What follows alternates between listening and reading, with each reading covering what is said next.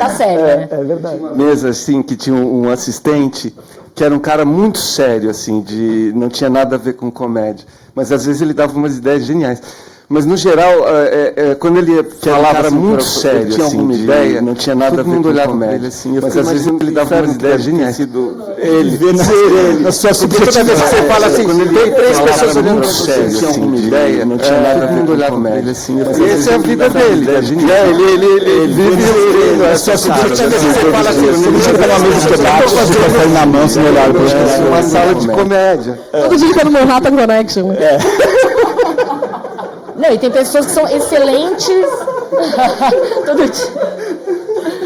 Tem pessoas que são excelentes roteiristas e péssimas em sala de roteiro. Tem umas pessoas que ficam completamente mudas e aí vai para casa e manda 5 laudas de piada depois. Tem que saber respeitar. Eu acho que é um trabalho, é um exercício também de você administrar pessoas, principalmente para quem é o chefe da sala de roteiro, o chefe de roteiristas. Eu acho que é um trabalho de lidar com egos mesmo. Tem egos muito inflados e egos muito mirrados. Egos que precisam, vamos lá, vai, garoto, vamos.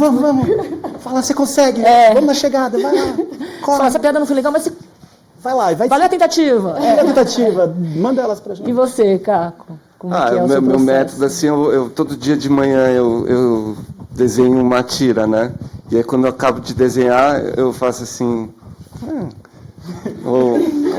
Né? Então, você sabe como é que se a tira tá legal ou não, pela própria reação. Você fala, não, essa tá engraçada, essa tá uma bosta. Mas, enfim, você... o humor... Você mesmo. Ele tem uma coisa assim que você... É muito diferente, né, do drama, por exemplo. Quando eu entrei nessa, né, e eu entrei já tarde, né, tardiamente, então eu tive que pegar muito rapidamente. Fiz tudo que era palestra, maquis, curso e tal. E é curioso, porque assim, todo mundo fala muito sobre dramas, técnicas, o personagem e tal. E aí, quando fala de comédia, fala assim, comédia tem que ser engraçado. É a regra. Boa, cara. Lembra a gente disso Não existe uma regra dramatúrgica para comédia. De fato, se aquilo não foi engraçado, ela não funcionou. Ela não é uma comédia. E se aquilo te fez rir, é engraçado. Quando a gente faz comédia, a gente não é impossível você fazer uma comédia seguindo uma fórmula. A gente faz isso um pouco, mas o humor ele é espontâneo, né? Ele é intuitivo, ele vem, sei lá, né? Uma luzinha que pisca. E a gente coloca isso em alguns formatos, né? Então, por exemplo, quando você vê a minha comédia, que eu acho top de todos os tempos, é aquela Quanto Mais Quente Melhor, com a Marilyn Monroe, o Jack Lemmon e o Tony Curtis, que é uma situação muito simples. 2 músicos fudidos, sem grana, arrumam um jeito de viajar com uma banda, só que eles têm que ir vestidos de mulher. E estão no mesmo vagão com a Marilyn Monroe, que está junto. Então você tem que fazer de conta que você é uma mulher junto com o sex symbol maior de todos os tempos. Isso é engraçado, né? E aí o que tem aí no meio disso? Tem uma grande mentira, né? Você é um homem vestindo uma roupa de mulher. Você tem que provar para o mundo que você é uma mulher. Isso funciona, né? Isso a gente começa a estudar a comédia, a gente vê que tem caminhos que vão explodir, né? Inversão, por exemplo, Porta dos Fundos. Porta dos Fundos é inversão o tempo todo, né? Inversão você inverte a situação, você inverte a expectativa. O cara deu uma cantada numa mulher, a mulher, ao invés de se ofender, ela fala, então vem me comer, né? Isso é o Porta. É claro que numa reunião do Porta ninguém está falando, vamos trabalhar em inversão agora. Isso é uma coisa natural, né, deles. Mas depois, quando você vai observar o negócio, você percebe, né? Sei lá, o Adão fazia um desenho super legal, os cowboys gays. Funciona, você pega o cowboy, que é o estereótipo do macho, e o gay, e mistura, pumba, é comédia, né? Isso funciona.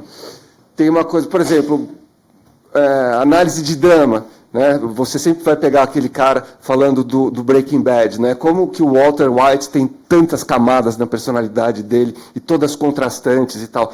Aí você vai para comédia. Não, comédia você dá uma obsessão, tá tudo certo. Acabou, né? Matou ali. E funciona, né? De fato, se você coloca uma obsessão pro personagem, ele tá tudo certo para comédia. Não era isso que eu queria falar. Eu falei disso para falar chegar no outro lugar, mas eu já sei lá. Então a gente vê depois, né? Qual que é a fórmula?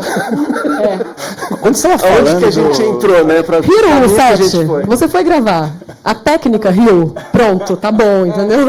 A técnica ficou assim. Eu tava vendo, por exemplo, Lili e Aê são de amigas suas que tinham se separado, que você ficou ouvindo a conversa excessiva delas sobre os ex.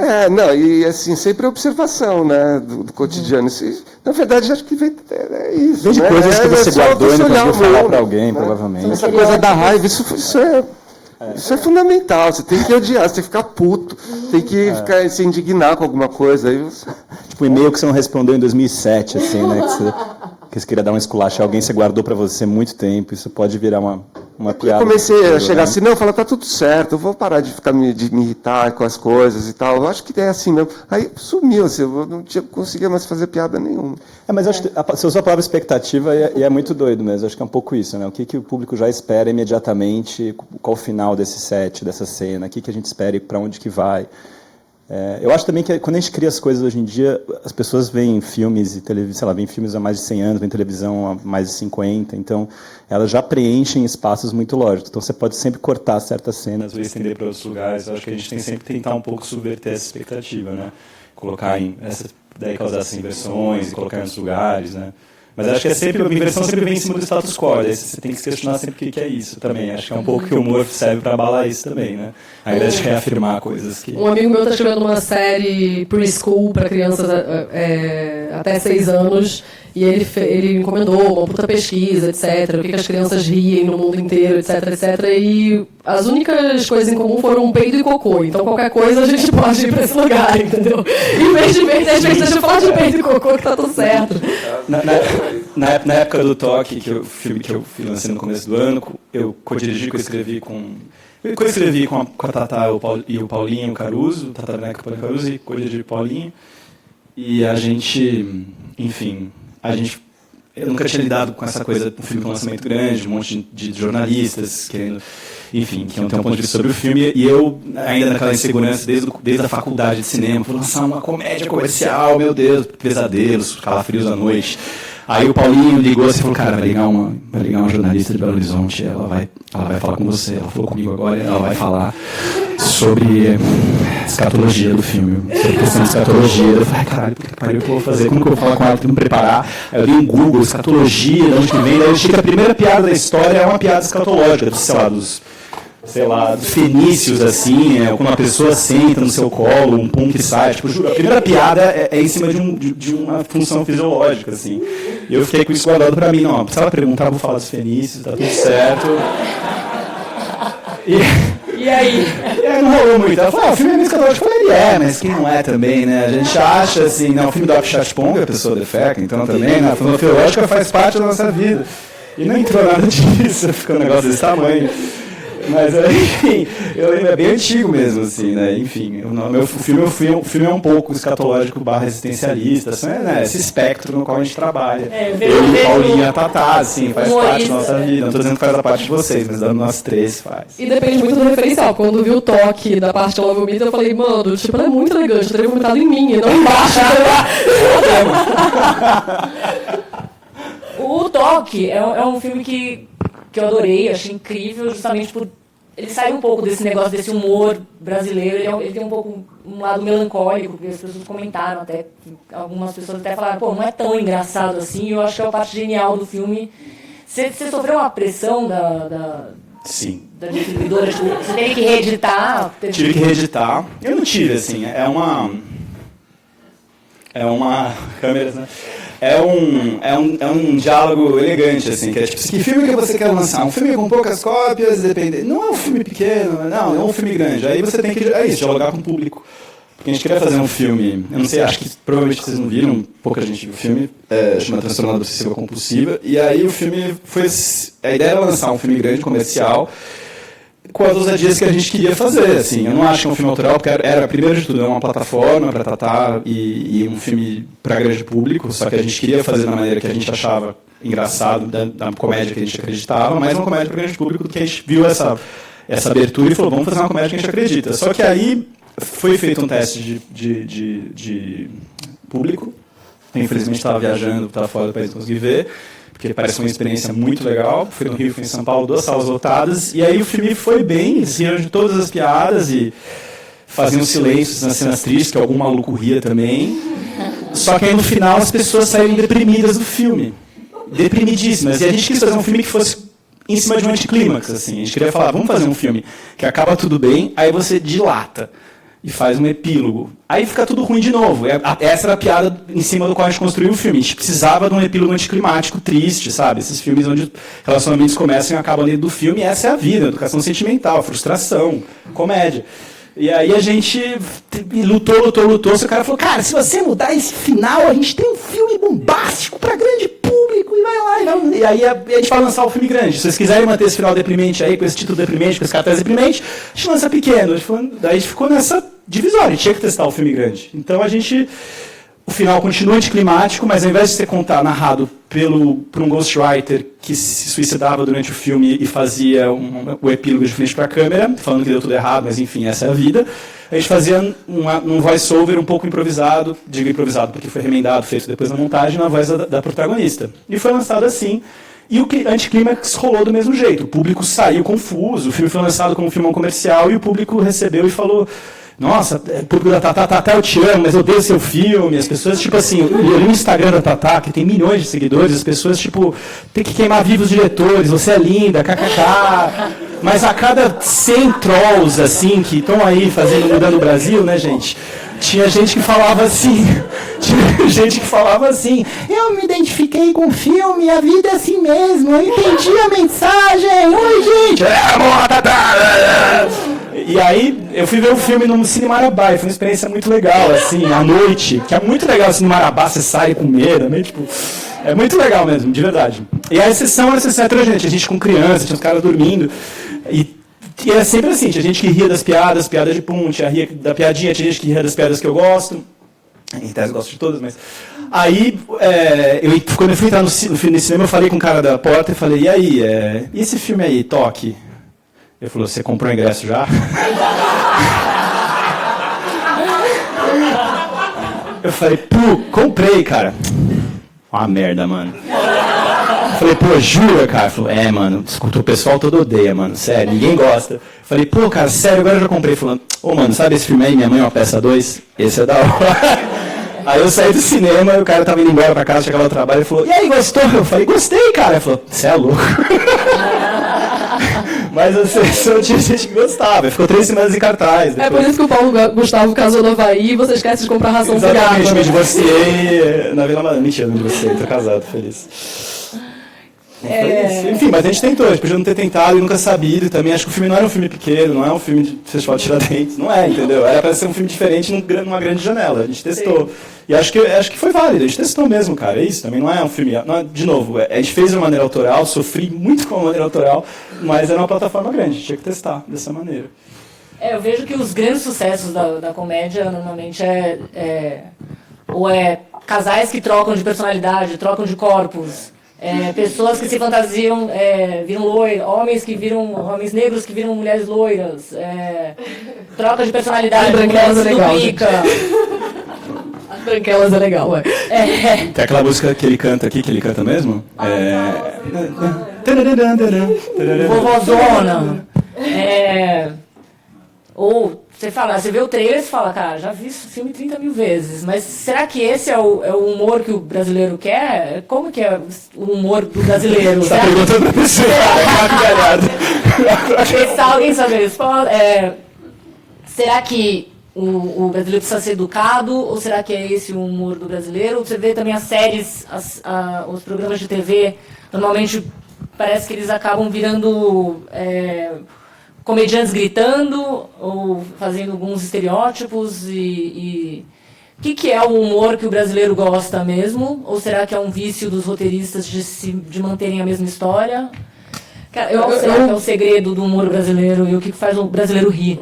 Eu definitivamente não sei responder, mas eu posso dar um dado que pode deixar a gente pensando aqui, que é: a Praça é Nossa dá trabalho para Globo há 20 anos. A quinta-feira assim, colocar um programa na quinta-feira é uma questão, porque a Praça é Nossa sempre tem uma base de audiência que não baixa e tá lá sempre, entendeu? Quando o novo Zorra estreou com um formato mais moderno, sem bordão, com humoristas jovens, etc, etc, deu uma baixada na audiência antes de subir de novo. Então, assim, eu acho que a gente ainda é conservador para o humor, assim, a gente é muito conservador para a comédia. E você me deu um insight agora que eu posso até dar uma politizada e deixar a gente na bad. Só um pouquinho. Por favor. Mas essa coisa do trocar é muito engraçado. Isso é você sempre colocar as branquelas, o vovozona, o trocar de corpo, etc, etc. Você está sempre tirando alguém de um lugar de poder, um homem, e colocando ele num lugar subalterno e podendo rir disso, né? Tipo, acho muito curioso você ter falado disso. Eu acho que o humor tem essa coisa também, não só também, tem também a pessoa que sai do ambiente que ela está confortável e vai para um lugar desconfortável, né? Também, Exatamente. Eu não o sei. mendigo que vira rico, o cara que é boêmio, que vai morar com a família. Todas as comédias brasileiras que fizeram muito bilheteria, eu acho que elas têm essa história. São narrativas de uma classe média, classe C, que ganha muito dinheiro, e aí o cara vai ser rico e continua mantendo a estrutura dele, né? O Minha Mãe é Peça 2, aqueles filmes com o Leandro Hassum. Se bem que o Vestidas para Casar sai um pouquinho disso, Sai e um pouco ele disso, com certeza. e foi um estouro, né? Com certeza, mas tem vários que são essas narrativas, né? Eu acho que a gente está desprezando aqui, falando de comédia, assim, o Porta, né? O Porta dos Fundos é um exemplo de uma comédia que a gente curte, né? E que cinema, todo né? mundo curte. Oi? Mas a gente está falando mais de cinema, talvez. Então, mas a gente O filme do entrou Porta nessa não de foi falar bem. só de TV e cinema, e a gente esqueceu um pouco de falar Sim. da internet. Uma mudança de padrão, né? sim, com Que a certeza. gente tem uma produção de comédia para a internet incrível, né? E não só o Porta, né? Porque o E Porta... e que está cagando para ser nosso. Que não precisou de Não precisou grandes- de nada, vamos fazer do jeito que a gente quer. Será né? que é? E funciona. Esse moleque, esse Wanderson Nunes, é impressionante. É um moleque num quarto. No quarto Ele da já casa tem da uma- mãe. ele já tem uma bela estrutura, Sim, mas ele faz do nada, sem precisar de nada. E você pode gostar ou não gostar do moleque, isso é outra coisa. Mas ele está indo por... O que é isso? O que está acontecendo É o aqui? delay. Mas acho que a gente tem também que pensar nessa fantasia do que é o youtuber. Assim, o youtuber de sucesso hoje no Brasil, ele não é um cara com uma câmera no quarto dele. Definitivamente, ele não é mais isso. Ele tem redator, ele tem um editor que sabe o estilo dele, ele tem mais de uma câmera, ele tem gente que escreve para ele não, definitivamente, a maioria deles não escreve mais sozinho.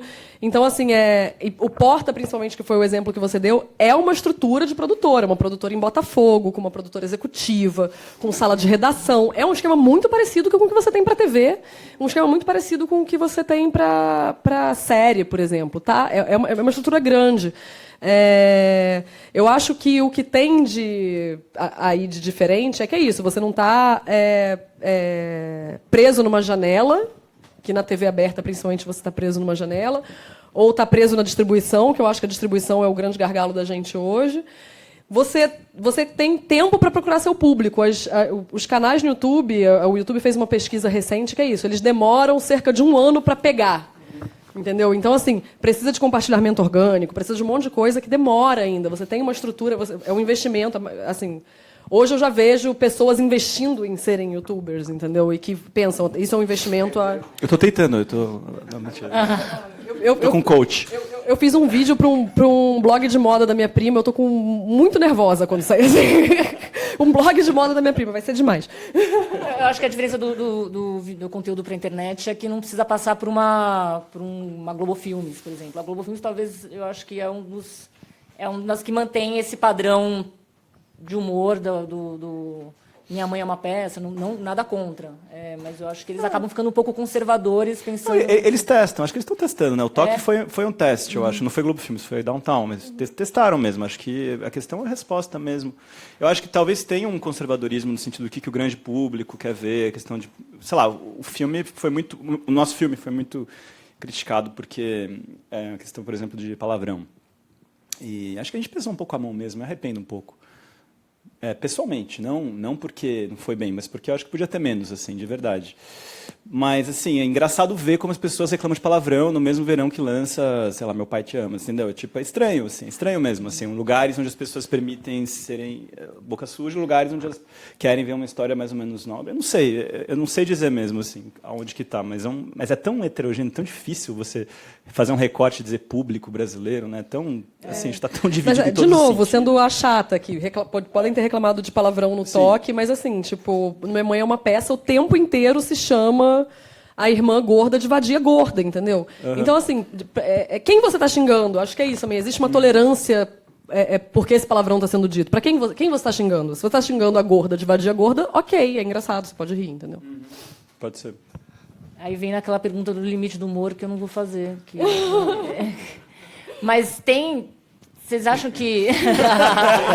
Se eu fosse fazer... A gente já combinou lá fora que se viesse essa pergunta a gente ia embora. Vocês também já fizeram alguma piada que vocês já se arrependeram muito, que deu merda? Por exemplo, essa coisa do toque, né? Que as pessoas falam, tem muito vômito, chegou uma altura que que o público fica até meio incomodado. Eu acho muito engraçado. Mas Teve muito vômito? Tem um vômitozinho. Ou que é tão elegante. Ela vomita e eles se beijam de novo. Achei tão fofo. Já teve algum momento que vocês escreveram alguma coisa que era para ser engraçado e foi tomado como uma ofensa e deu problema? Teve muitas pessoas que tentaram fazer um humor e acabaram sendo processados Uma vez eu não vou usar o roteiro, mas como cartunista, assim, a Folha tem uma sessão de cartas, assim, um dia saiu assim uma carta assim da OAB, né, da Ordem dos Advogados do Brasil, criticando muito a minha tira. Eu falei, então tá tudo certo, assim, o mínimo que cartunista pode ter é uma carta da OAB te xingando. Então foi bom. Mas isso que você está falando, uma piada que isso, né, Danilo Gentili, esses caras diariamente, né, estão vivendo isso, assim, piadas ofensivas. Eu acho que a gente tem um bom gosto aqui, a gente faz humor que não... Eu acho que eles estão blindados, esses caras, né, um pouco, né, não sei. Eu não quero falar deles aqui, não tenho nem Facebook. Na MTV a gente tinha muito processo, assim, por exemplo, a gente fez Teve um caso famoso, né? Piores clipes falando de macumba. E aí tomou processo da associação do candomblé. Teve um Hermes e Renato que eles falaram que um baterista tinha que ser um mongoloide, a APAI processou, precisaram fazer campanha educativa. No João Gordo, a gente exibiu a animação Deus é Pai, do Alan Sieber. Tomou processo da Cúria. Porque era um Jesus que era adolescente, ele ficava xingando Deus o tempo todo, falando, tipo, o adolescente, pô, pai, não me enche o saco, toma no cu. E tomou processo da Igreja Católica. E ele transformava a água em cachaça, era muito engraçado. Tinha migalha de pão na casa inteira, né? Eu adorava esse sketch. Ela passava antes do... E aí tiveram que suspender. Eu acho que... Será que o humor é um terreno perigoso, às vezes? Não sei. Não pode se reprimir. Bom, a gente pode perguntar para a Monique Oz, que perdeu 30 mil para o Gilmar Mendes, né? A Monique Oz perdeu 30 mil reais para o Gilmar Mendes. Ela fez um comentário... o comentário dela nem era uma piada exatamente, mas... eu acho que a gente tem que se preocupar na medida em que a gente vive num país onde um ministro do Supremo acha que é relevante processar um humorista. Então, assim, se a gente chegou nesse lugar, acho que a gente a gente sabe que a gente está num lugar de risco, mas o humor é um lugar de risco, então a gente não tem muito o que fazer. No início da campanha do Dória, eu recebi um inbox de advogados do Dória falando para eu apagar um post meu no Facebook, senão eles iam mandar uma notificação extrajudicial. E também foi uma super piada ridícula. Quando a gente fazia o Greg News, a gente tinha uma reunião com o compliance da HBO, falando sobre como usar, porque teoricamente um comedy news, então entra em jornalismo, e jornalismo você pode usar a imagem de outras emissoras ou da internet até não sei quantos segundos, etc, etc, etc. Mas, quando a gente foi fazer uma paródia com uma música do Roberto Carlos, falaram não pode, porque o Roberto Carlos processa todo mundo que fala qualquer coisa sobre ele.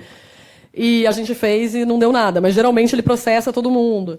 Então, assim, eu acho que não dá para ter medo, entendeu? Porque a gente está aqui para falar, é isso. Existem formas de humor mais demolidoras, existem formas de humor mais politizadas, existem formas de humor mais loucas e surrealistas, mas a gente está dizendo alguma coisa. A gente não pode ter compromisso com todo mundo, a gente tem que ter compromisso com a gente, com o que a gente está falando. Se a gente não tiver compromisso com o que a gente está falando, zoou. Mas a verdade é que se a gente tiver compromisso com o que a gente quer dizer, a gente corre, sim, o risco de ser processado ou ser execrado publicamente. É um risco que a gente corre. Eu acho que, antigamente, faz pouco tempo, tinha uma ingenuidade que circulava por aí, que era um discurso do tipo, é só uma piada, não é sério, né? Eu acho que hoje em dia, pelo menos, isso não existe mais. Acho que, pelo menos, a gente sabe com quem a gente está fazendo piada, a gente está defendendo alguma ideologia, a gente está se colocando de alguma maneira e a gente acredita naquilo. É um discurso poderoso, né? Eu lembro da gente fazer uma piada no Comédia MTV que foi difícil, né? Que foi complicado. A gente foi um redator que insistiu num sketch e bastante. A gente todo mundo, enfim, foi em frente com isso e fazer uma piada com um jogo. Era um trocadilho, né? Que era trocadilho de Casa dos Artistas no Casa dos Autistas. E a gente foi bem na semana de conscientização do autismo, enfim, a gente teve que fazer uma reunião com a associação, eram todas mães de crianças autistas, e olhar elas na cara, explicar, e foi bem duro, assim, mas acho que foi bem educativo para a gente, assim, de ver, cara, onde chega as coisas que a gente está falando, e valia a pena ter feito esse sketch, valia ter feito desse jeito, entendeu? Eu acho que é importante as implicações do que a gente está escrevendo. A gente está colocando ideias no mundo, fazendo representações. Eu acho que a gente precisa pensar sobre isso. Assim. Então, quem que você quer? Você quer ferir as mães de crianças autistas ou você quer ferir o João Dória? Você tem que pensar nisso. Né? Que tipo de e-mail que você quer na sua caixa de entrada? Né? Que tipo de processo? Quem que você quer bater? Tem gente que você bate, às vezes, e te destrói, e você tem que bater nessas pessoas mesmo. Né? Esses gigantes, eu acho que é um pouco isso. Eu acho que o humor sempre serviu para isso. Agora, para você ficar batendo e falar artista é pedófilo, piada, ninguém vai acontecer nada com você. Você vai ser mais um desses caras, entendeu? Tipo, eu acho que é isso, um pouco assim. Eu acho, não sei, mas é difícil, é um território que eu realmente não nado muito, mas é isso, não dá mais para ser ingênuo. Acho que mas acho que a autocrítica é fundamental, assim, cara. Tipo, o caso dos autistas foi um caso bem emblemático, assim. É isso, vocês tiveram que passar por esse processo, olhar para as mães de autistas, e acho que todo mundo que passou por esse processo aprendeu muito. Agora, o difícil é que a gente vê reiteradamente pessoas que estão na mídia hoje, eu prometi que não ia falar delas, mas vou falar, e que continuam cometendo os mesmos erros e fazendo um humor de pisar de quem tá por baixo e sendo muito virulento e violento com pessoas que não têm nenhum poder, e que humor é esse, e que continuam reiterando Sim, e com milhões de seguidores que vão no Facebook, que ficam assediando as pessoas e destruindo. Acho que isso é meio assustador um pouco, assim, né? Rola uma vigilância, mas também, às vezes, essa vigilância, você acaba se cobrando um pouco mais e, às vezes, a piada sai até melhor. Quando você fica pensando, eu não posso magoar fulano, não posso magoar fulano. E, de repente, você tem uma saída até mais criativa. E eu estava vendo alguém falando sobre a Sarah Silverman, que antes ela atacava todo mundo, ela tinha um humor mais de bullying, né? E aí agora ela meio que acabou se refinando. Hoje em dia ela fala de aborto, mas ela é atacada loucamente mesmo assim, mas ela não precisa mais fazer um bullying de minoria, que antes era um estereótipo que ela fazia, uma mulher que era uma branca de elite, mas as pessoas entendiam que ela estava ofendendo realmente aquelas pessoas. Na verdade, ela estava fazendo só um estereótipo. Mas hoje em dia ela mudou e ela está fazendo um humor até mais sofisticado.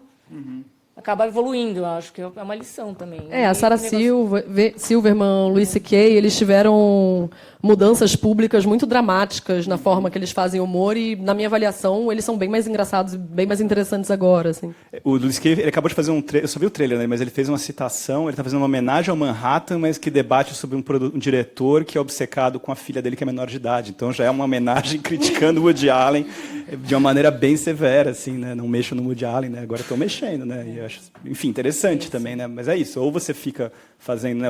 Muito louco ver o especial do Netflix do Seinfeld e o especial da Sarah Silverman, né? O Seinfeld parece aqueles velhinhos de cartola dos anos 40, assim, né? Tipo, super datado, né? Ainda mais essa bolha de ser um multimilionário, né? Os caras ficam numa bolha e esquecem o que é o mundo, param de pensar o mundo, parece um pouco, né? Eu não sei. Ele não pode fazer um supinásio, né? Porque ele não anda na rua. Exatamente. Vem um assistente comprar sopa para ele há 30 anos, ou faz na frente dele. A última pergunta, antes de abrir para a plateia, mas hoje em dia muita gente, acho que roteirista virou um novo... DJ. É o novo food? É o novo publicitário que largou tudo para virar chefe. É o jornalista que foi largado para virar que passou o passaralho e quer virar Meu nome é roteirista. Filipinho, eu tenho 33 anos, sou designer, ando de bike. E, não, tenho muitos amigos. Eu fui publicitária, já fui de criação. E muitos publicitários aparecem falando: eu estou cansado dessa vida de fazer reclame e quero virar roteirista. E aí, como é que eu faço? Aí eu, cara... Aí eu quero saber de vocês, como é que a gente explica para as pessoas que querem, por exemplo, virar roteirista, que elas se acham, escrevem coisas muito engraçadas. Qual é o primeiro passo? O caminho das pedras, o que ela deve fazer? Ou mesmo ela já tem um roteiro pronto, já tem uma ideia? Publicitários ou outras pessoas? Quem está perguntando? Para os publicitários. Esse e-mail está desativado. Pessoas em geral, estudantes principalmente, acho que tem bastante gente aqui. Por exemplo, bater publicitários é ok, né? Não, eu tô brincando, não é. Fazendo humor contra publicitário pode ser um bom caminho para começar. Eles ganham dinheiro. Mas qual é o caminho das pedras quando você passa, quando alguém para você e fala, cara, quero virar roteirista de humor, eu acho que eu tenho uma pegada... Sou bom de piada, sou um cara divertido. Cara, eu acho muito difícil, porque o mercado de quando eu comecei a escrever, porque eu comecei a escrever quando não era zero mercado. Então, assim, eu era stalker de quem era roteirista mesmo e ficava pedindo, então, eu posso escrever com você e tal, sabe? Mas eram 3 pessoas, então essas 3 pessoas podiam dizer, tem uma psicopata perseguindo a gente, ou eles podiam dizer, tem uma menina aí. A minha sorte é que teve... Foi uma época... Estava começando ainda, não existia ainda quase roteiro, exatamente. Né? Era um curso de roteiros dados por pessoas que não eram roteiristas. Bom, o que eu recomendo para as pessoas é procurem uma formação, não exatamente pela formação, porque escrever você só aprende escrevendo. E, assim, muitas vezes eu encontro com pessoas mais jovens que falam assim, nossa, eu sou roteirista, eu pergunto, o que você escreveu? Nada. Não é possível que você não escreveu nada, entendeu? Se você é roteirista, você escreveu alguma coisa. Pode ser que não tenha sido filmado, que triste, o mercado é difícil mesmo, mas exercitem a sua escrita, porque em algum momento você vai ter a oportunidade de... ou colocar isso na tela, ou colaborar com alguém mais experiente. E se você não tiver essa mão, pode ser que você perca essa oportunidade. E realmente é o novo DJ. Assim, eu tenho um amigo que fala assim: você chega no Baixo Gávea, no Rio de Janeiro, toma um chopp, sacode uma árvore, caem 10 roteiristas, entendeu? Mas eu acho que é isso, exercitar, escrever.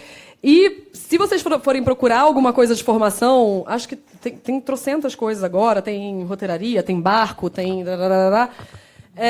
usem para trocar com seus pares e para fazer networking, entendeu? Porque muitas vezes, assim, sei lá, antes de escrever dramaturgia, eu saí da faculdade, não tinha mercado de roteiro, eu escrevia e-learning, que era basicamente escrever roteiros de games onde eu ensinava caixas do Bradesco a sustar um cheque. Então era um treinamento de...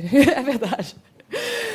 E alguns tutoriais, tipo Telecurso 2000, entendeu? E eu odiava profundamente, mas aquilo me deu uma super noção de prazo, timing. Para humor era uma coisa maravilhosa. Assim. Tinha que fazer um caixa do Bradesco, realmente achar aquilo interessante.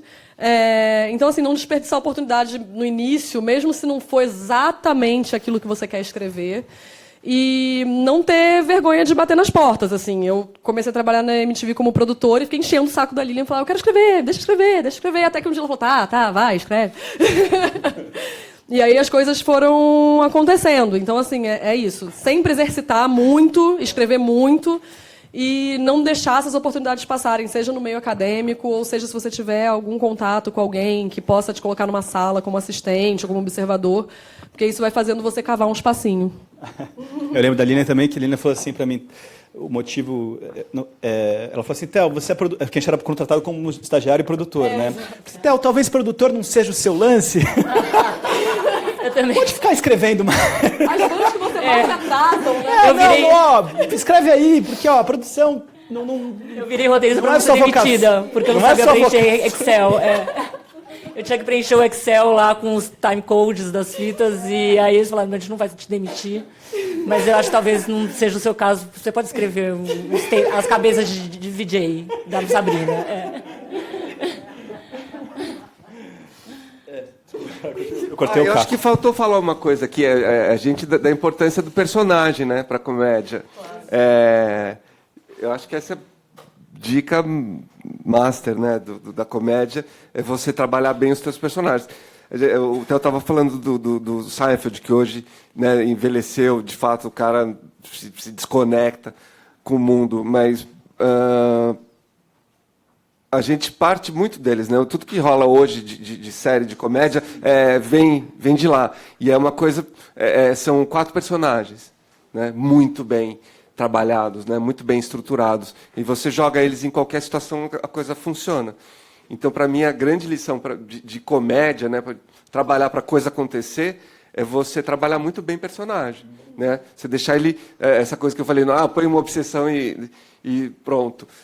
A Lili é um pouco isso, mas ela é muito mais, né? A gente trabalhou muito, muito, muito personagem.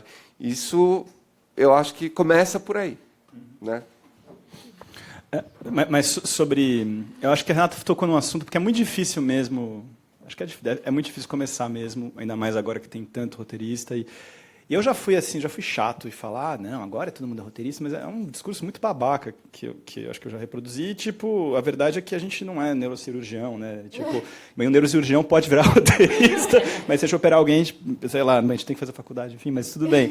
Mas a questão é que, assim, acho que dá para as pessoas, com certeza, virem com olhares completamente diferentes e entrarem em roteiro, isso é muito interessante. E acho que o interessante mesmo é isso, exercitar uma voz, eu acho, né? Seja você escrevendo, seja como escritor, seja como cartunista, seja como comediante, seja como... Eu acho que se você chegar com uma voz... Eu lembro de um trabalho, a gente estava escrevendo uma série que tinha uma intersecção com Portugal e a gente tentou achar o cara que fazia o Bruno Aleixo e trocou e-mails com ele, queria muito trazer o cara para cá, mas aí não tinha como hospedar ele nem pagar a passagem, então a gente teve que falar tchau. Mas eu troquei 2 e-mails, foi muito legal, assim, mas é porque o cara tinha feito um sketch lá em Portugal genial, e acho que é um pouco isso, assim, acho que... Quero ser imigrante. Quero ser imigrante, cair Coimbra. Eu acho que isso é importante, porque realmente tem muita coisa, enfim, eu acho que qualquer olhar que você trouxer, porque, por exemplo, mesmo, claro, com certeza, as pessoas que também vêm do Reclame, tem diretores que são do Reclame, e é com essas pessoas que também, eu acho que você tem que achar suas afinidades e criar com elas, entendeu? Gente que vem da história, da antropologia, acho que tem circuitos, e acho que você tem que achar os seus parceiros, porque é um negócio muito vasto. Eu acho que é isso, é encontrar sua voz, seu olhar, entendeu? Acho que é um pouco isso. É por aí que tem que fazer. Manuais de roteiro, eu não posso opinar muito, assim, eu nunca... eu acho que essa coisa de encontrar, de encontrar a voz é importante mesmo. A gente está num momento do mercado que ele tá muito crazy, assim, né? Tipo, você não sabe exatamente como vão ser os próximos goals. Acho que 10 anos atrás a gente sabia exatamente o que era, assim.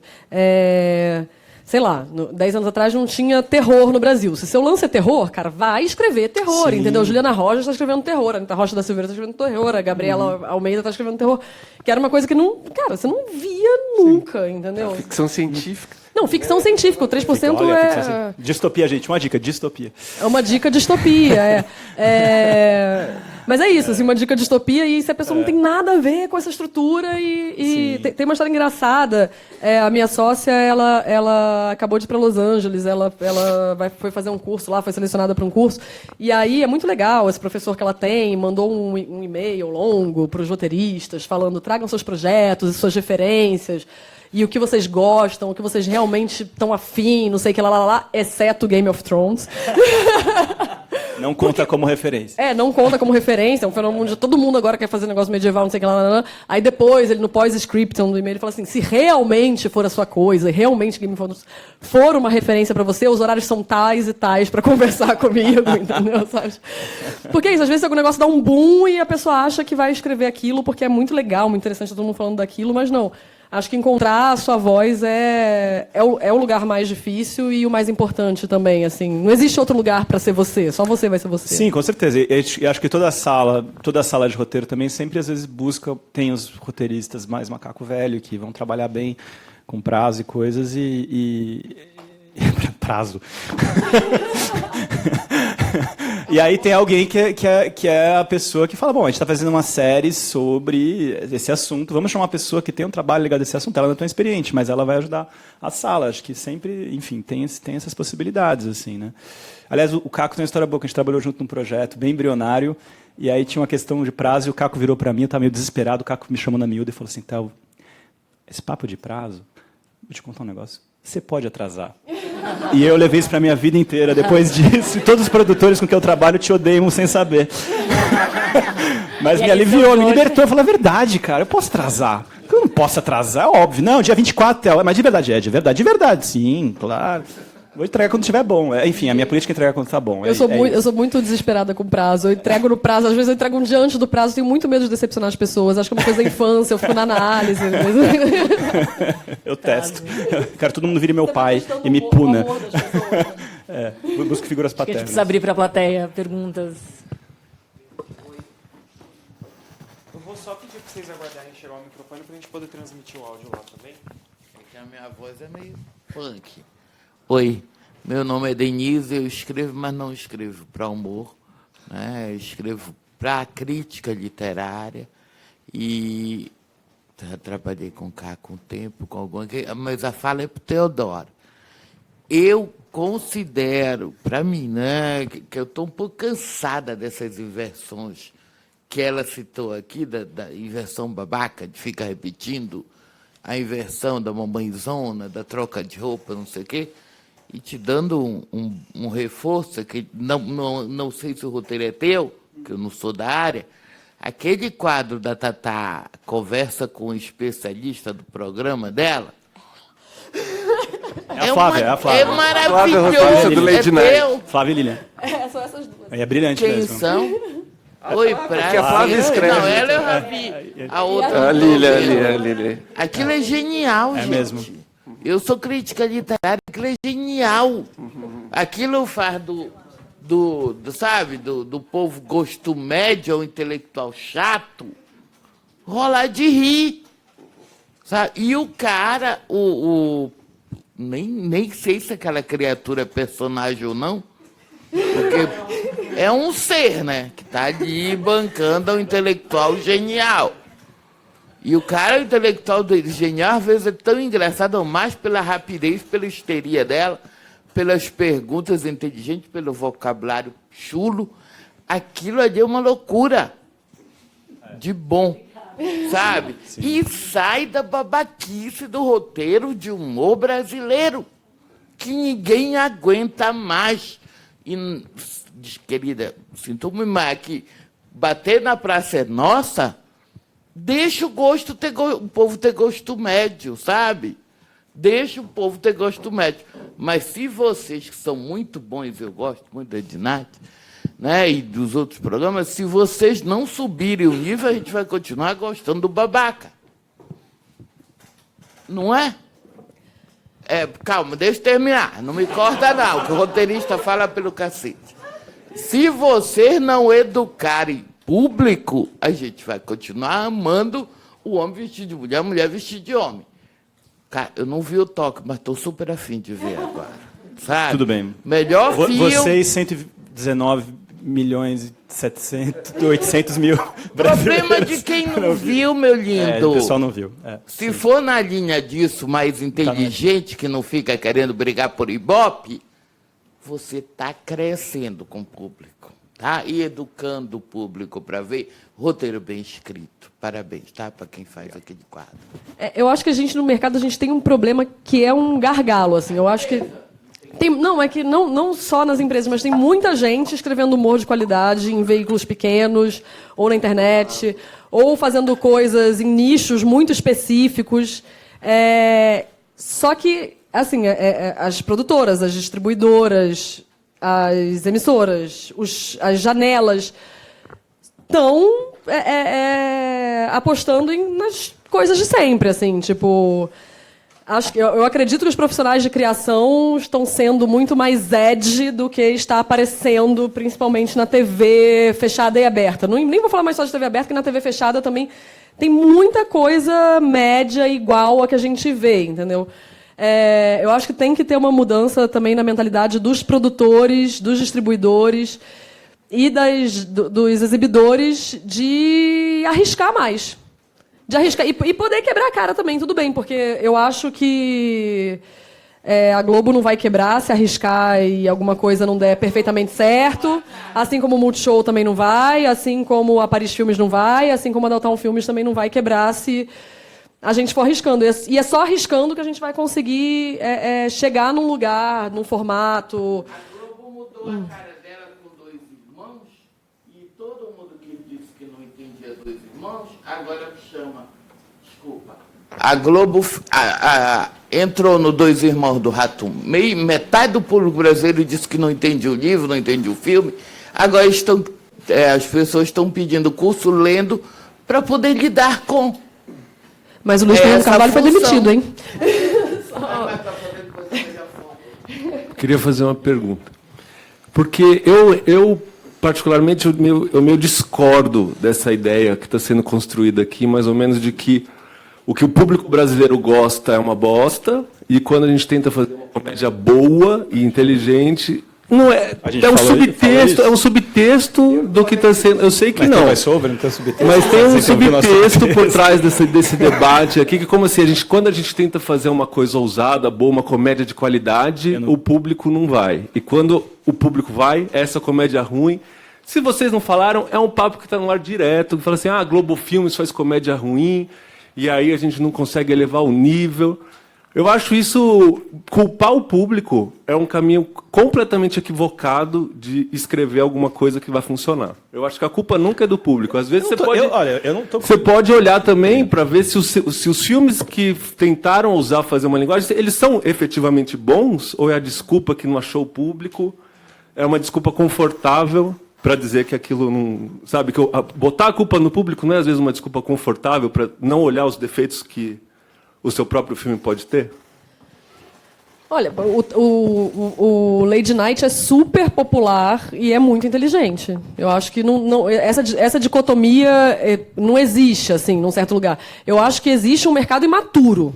A gente tem um mercado imaturo que tem pouca janela, que não sabe lançar os filmes direito, que não tem paciência para achar o público, porque tira o filme de cartaz logo antes do filme conseguir achar o seu lugar. Porque um filme pequeno, ou um filme um pouco mais diferente, com uma dramaturgia diferente, não acha o seu público de cara. Assim, eu não vou lembrar de um exemplo de humor logo de cara, mas o Nise.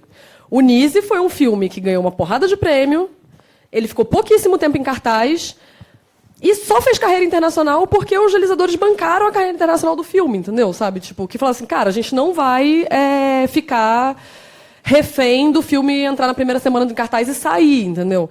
Então, assim, eu acho que o nosso mercado ainda é imaturo para qualquer coisa que saia disso. Então, assim, cara, tipo, eu especialmente, não acho particularmente o humor do Paulo Gustavo ruim, por exemplo. Tem um monte de coisa dele que eu acho engraçado, mas eu acho que se repete, tem essa repetição. Então, por que o mercado também acolhe essa repetição, entendeu? Eu acho que não é um lugar de quem está produzindo humor, é um lugar de todo o mercado de acolher gente que está fazendo coisa diferente, que não está rolando, assim. Mas não funciona. Se acolhe, não funciona. E não é só no Brasil. Às vezes as pessoas não gostam mesmo, e não funciona, não é só por causa disso.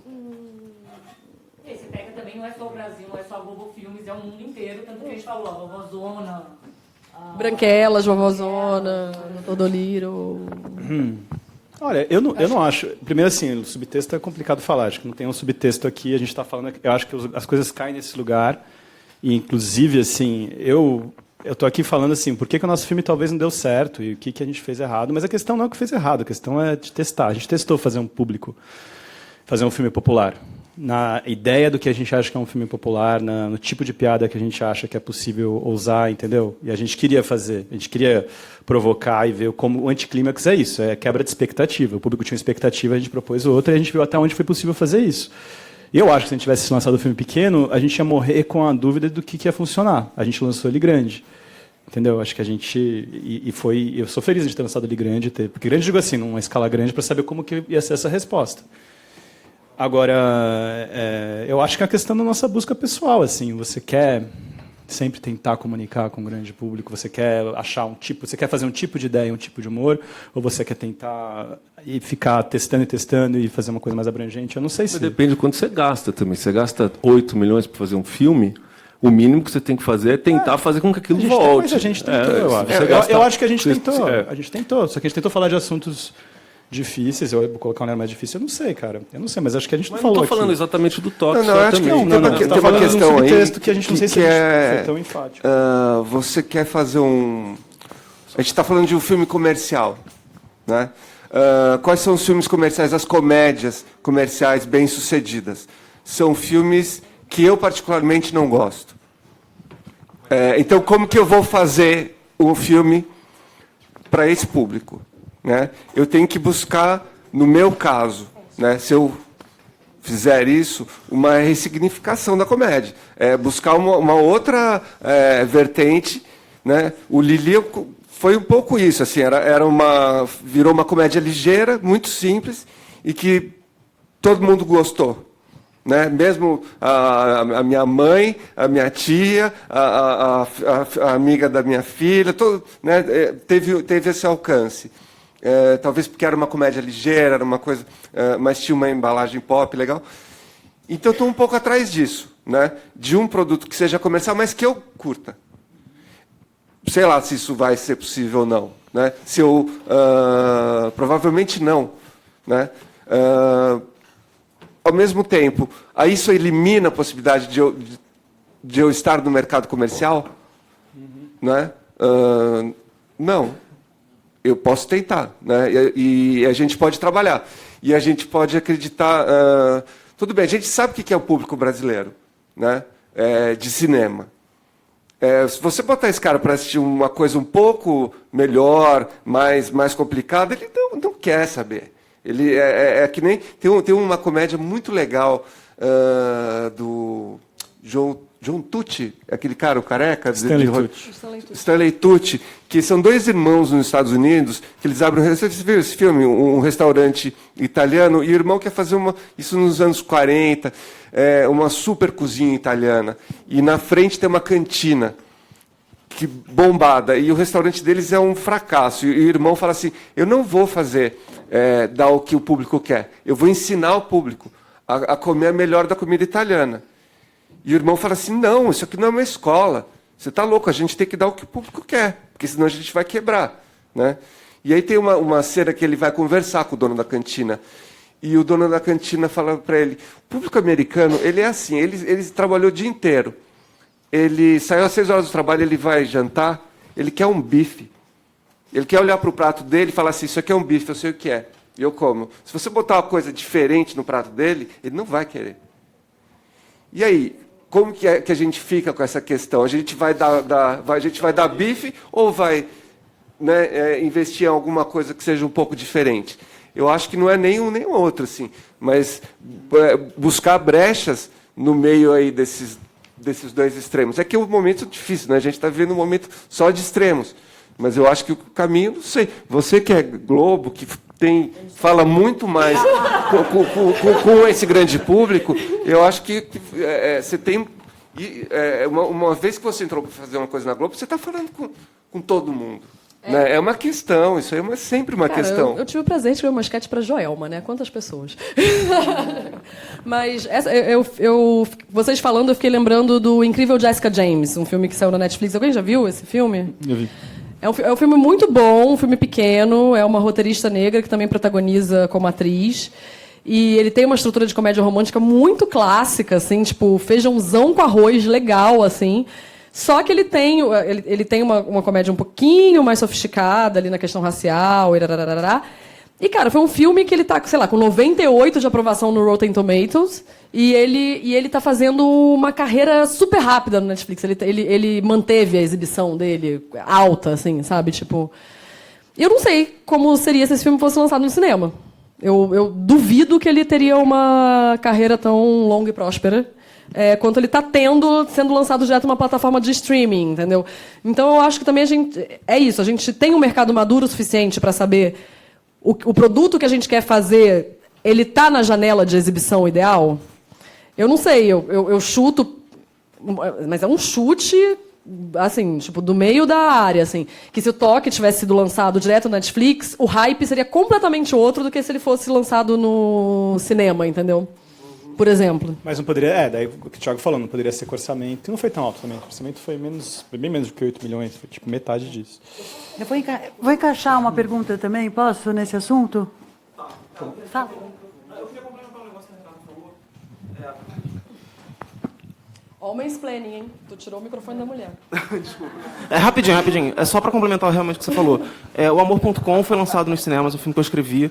Ele não foi bem nas bilheterias. Ele estreou junto com Mulher Maravilha, né? Um filme pequeno e tal.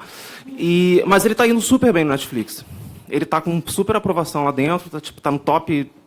Como chama o filme? Desculpa. Amor.com. Amor.com. E ele está, inclusive, top no mundo, nos Estados Unidos, inclusive. Então, é uma questão dessa de janela também. Eu acho que ele tem muito mais a cara É o roteiro seu e do Saulo, né? É. Saulo Aride, né? É super redondinho o roteiro desse filme. Ele deu uma flopada no cinema e está fazendo uma boa carreira na Netflix.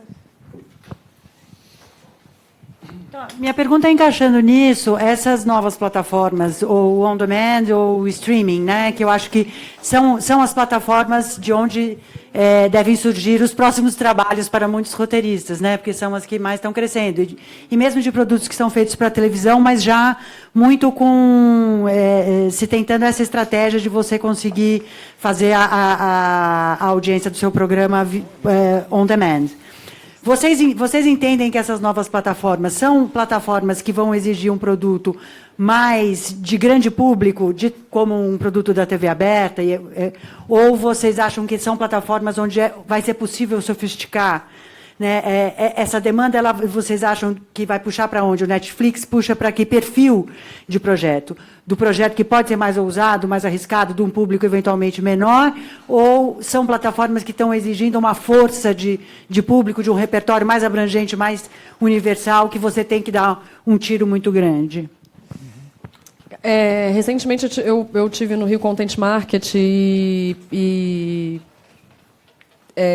não, recentemente não. Esse foi o outro Rio Content Market, gente. Menti tudo.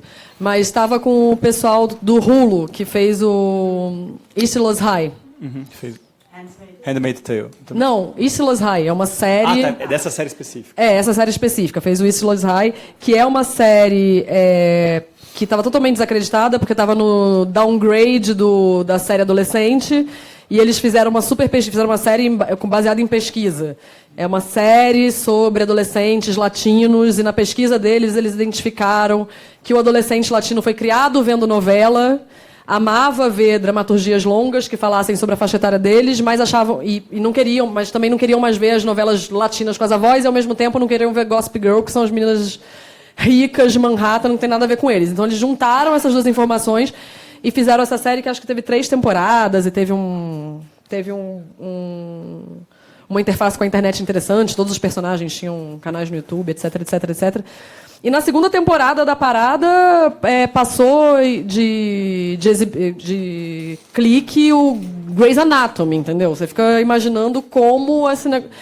É que na hora que você falou, Lilian, eu lembrei da coisa dos algoritmos, assim, tipo, o Netflix, as 2 reuniões que eu tive com a Netflix, eles tinham especificamente o tipo de dramaturgia que eles queriam lançar para o nosso mercado, entendeu? Então, acho que muda de plataforma para plataforma. Um foi uma pesquisa, outro é algoritmo, e enquanto a Amazon está apostando em coisas completamente sofisticadas e que não tem... Sei lá, I Love Dick, da Jill Soloway, eu achei brilhante. É uma viagem, né? É uma viagem total, né? É uma viagem total, é Eu digo brilhante. assim, formalmente é muito experimental. É muito experimental, é muito louco. Carta branca total. E nunca funcionaria em outra plataforma, entendeu? Eu acho que a Amazon apostar num I Love Dick, por exemplo, não é uma aposta de público, é uma aposta de credibilidade, relevância, crítica, etc, de etc. prêmios, né? Mas eu acho que a aposta, pelo menos as últimas reuniões que eu fiz com eles, a aposta deles do Netflix, por exemplo, não é de credibilidade e relevância, é muito de goals, entendeu? Sabe? Tipo, de saber o que eles querem e fazer esse goal, assim. A minha experiência com Netflix foi rápida, quer dizer, tomara que tenham outras, né? Mas eu participei dessa temporada, da segunda temporada que vai pro ar do 3%, quando o programa já existia, já estava para ser exibido e aí participei da sala da curva da temporada durante uns meses e consegui escrever um episódio porque já estavam em outras coisas e agora não vou fazer a terceira porque virou outra série minha que está acontecendo. Mas na experiência que eu tive, assim, foi quando a gente estava escrevendo, a série estava para estrear e aí quando a série estreou a primeira temporada, eles tiveram respostas imediatas, assim, em relação a quais personagens funcionavam, porque eles sabem o tempo exato que as pessoas, qual é o episódio que as pessoas pulam, quando as pessoas pulam o episódio, o que elas avançam, eles conseguem, assim, ter números muito precisos. Então, é um termômetro muito louco, assim. Então, ao mesmo tempo que enfim, eu senti que tinha muita liberdade na série, ao mesmo tempo tinha uma decisão muito específica do que eles queriam ver e era, enfim, é como eles tem esses termômetros, né? Ao mesmo tempo, quando você vê o canal, você vê que eles produzem coisas muito diversificadas, tem muita ousadia, tem esses tele-streaming filme aí agora, e aí também eles pegam uma série com um puta público que é o Sense8, que tem um puta fanbase e param uma temporada, é meio uma loucura, assim, eu não sei dizer o que eu não sei, assim, dá vontade de ver até onde vai, assim, mas dá para ver isso que a Renata está falando. Gente que tenta, a gente vai fazer o conteúdo mais, o Hulu vai ser o conteúdo mais sofisticado, vai ser HBO do streaming. Agora, aí, o sofisticado, aí o Netflix vai tentar, todo mundo tem uma série ali, eu não sei, é louco mesmo. A Netflix tem para todo mundo, né? Literalmente, é muito louco. Tem para todos os gostos, assim. Acho que é impossível pensar agora que está vindo a Amazon e Apple TV e com o Netflix que isso não puxa, né? O Netflix já está puxando, né? Já está puxando o mercado. Essa série, Sob Pressão, né, que fez muito sucesso, é uma espécie de um house, né? Uma série sobre médico. Mas aí o que você faz? Uma fórmula já antiga, todo mundo conhece. Só que você pega o Brasil, vamos fazer isso no Brasil, com as dificuldades que tem no país. Esse foi o gancho que eles usaram. E aí, né, estourou, né, arrebentou, foi uma coisa incrível. Então tem isso, assim, a gente tem essas nossas peculiaridades, né, culturais, elas são também ouro, né, pra gente. São muito. E essa coisa do público, a loucura também um pouco é que comédia, né, por mais que você tenha que pensar que piada que você está fazendo para qual público, e as implicações disso, reescrever, ainda tem a coisa que tem que ser engraçado. O que é engraçado é tão pessoal, né? Uhum. Você vê isso nos stand-ups, os caras, o Luis C.K., é tudo tão pessoal, né? Então é difícil também você falar com um público grande se você tem que pensar que você tem que achar aquilo engraçado e talvez você realmente não se conecte com o senso de humor de muita gente, assim. Agora, se você sentiu que você fez algo engraçado, é difícil mesmo, assim, é difícil, assim. Talvez vai ter um público, vai ter algum